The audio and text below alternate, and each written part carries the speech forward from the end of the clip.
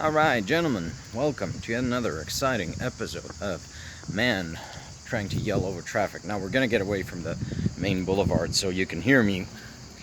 And today we're going to have to talk about the whole, Trump turning on Putin and Trump finally coming to support Ukraine thing, which, let's not bury the lead, it's absolute fucking bullshit. It's not going to happen. It's not happening.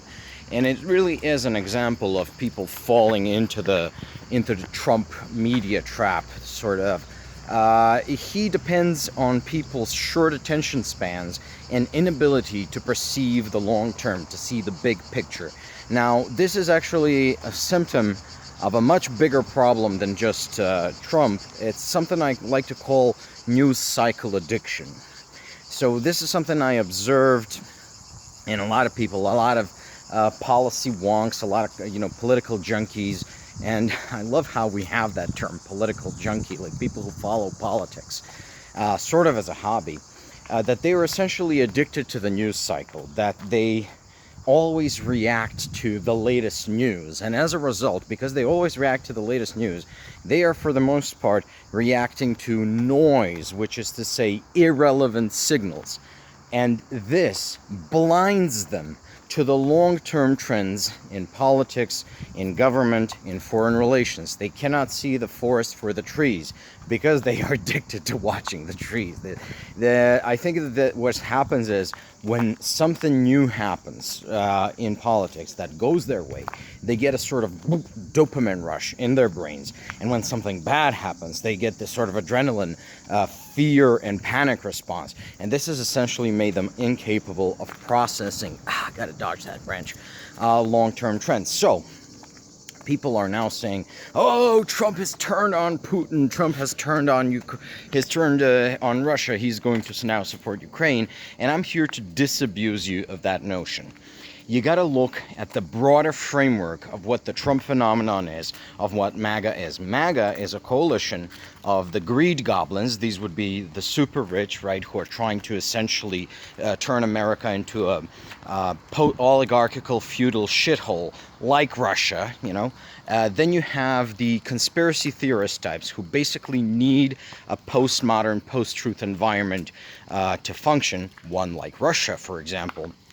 And finally, you have the evangelicals who believe that literally the worst thing you can do in this life is to have a non-traditional or even slightly eccentric, sex life. And they're also very concerned about people not obeying their bosses because apparently being a slave is a Christian virtue. I didn't know that.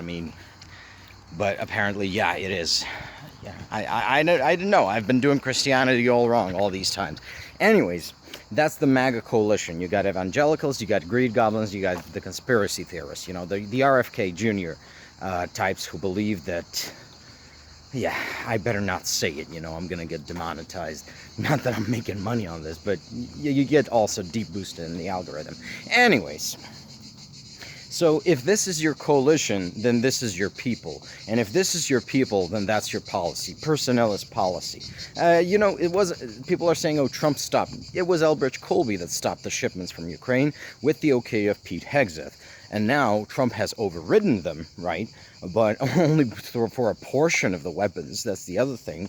And second of all, well, that's your people, right? Who hired these people? Who hired Pete Hegseth and Elbridge Colby? They didn't pop out of anywhere. This is like the very stupid thing like MAGA's trying to right now do also with the Epstein list that, oh, it wasn't Trump, it was Kash Patel and Dan Bongino and Pam Bondi who did this. No. And who hired these people? Just think about it. These people did not pop into existence out of nowhere. They were brought in as part of the MAGA coalition. And MAGA coalition has a logic on its own, which defies these shifts, these shifts in Trump's mood fundamentally. In some since unless he does the thing which is expected of the head of the MAGA coalition, he will no longer be head of the MAGA coalition. Now, there's a lot of latitude there. You know, he got away with bombing Iran because that's a secondary issue. But dick-riding Russia is actually a big part of the MAGA coalition's internal self-image, right? Because if Russia is the protector of traditional values against globo homo Ukraine, you know, if Russia is protecting the world from Ukraine's Nazism and biolabs, then obviously siding with Russia is just, you know, not a very nice thing to do. Contrast that to the Iran thing, where essentially, yeah, America siding with Israel. Most of these people are for that. Most of these people think that Israel should just kill everyone in that region in the world, and maybe also kill us as well, because these people worship Israel. That's a discussion for another time. Really, the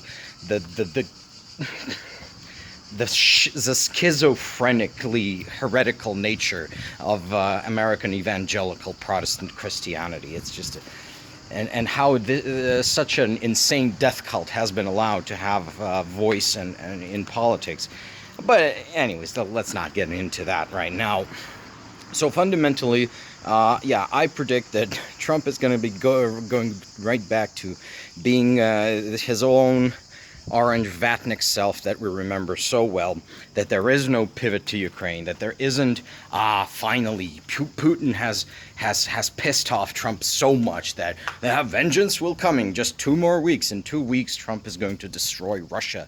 He's going to do like Reagan. You know, he's going to sign legislation that will outlaw Russia forever, and bombing will begin in 5 minutes. None of that is going to happen because the MAGA coalition is structurally dependent on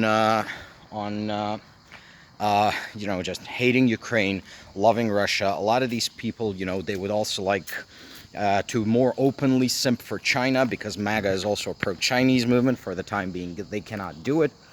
But yeah, it's really is that sort of thing. You got to look at the structural ways in which coalitions are formed, you know, not just follow the news cycle day to day. So what are the ideological tenets of the MAGA coalition?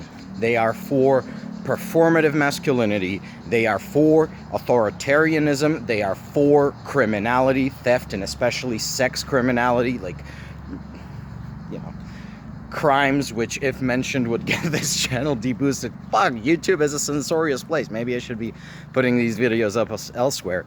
But fundamentally, Russia embodies all of these things. Russia has the tradition of, you know, sexual violence, both against civilians and internal sexual violence in the military and the police and the prisons.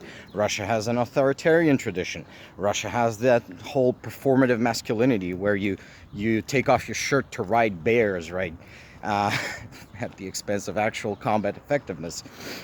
Russia has that whole performative religiosity thing, pretending to be traditional values, while having some of the highest abortion and divorce and suicide and alcoholism rates in Europe.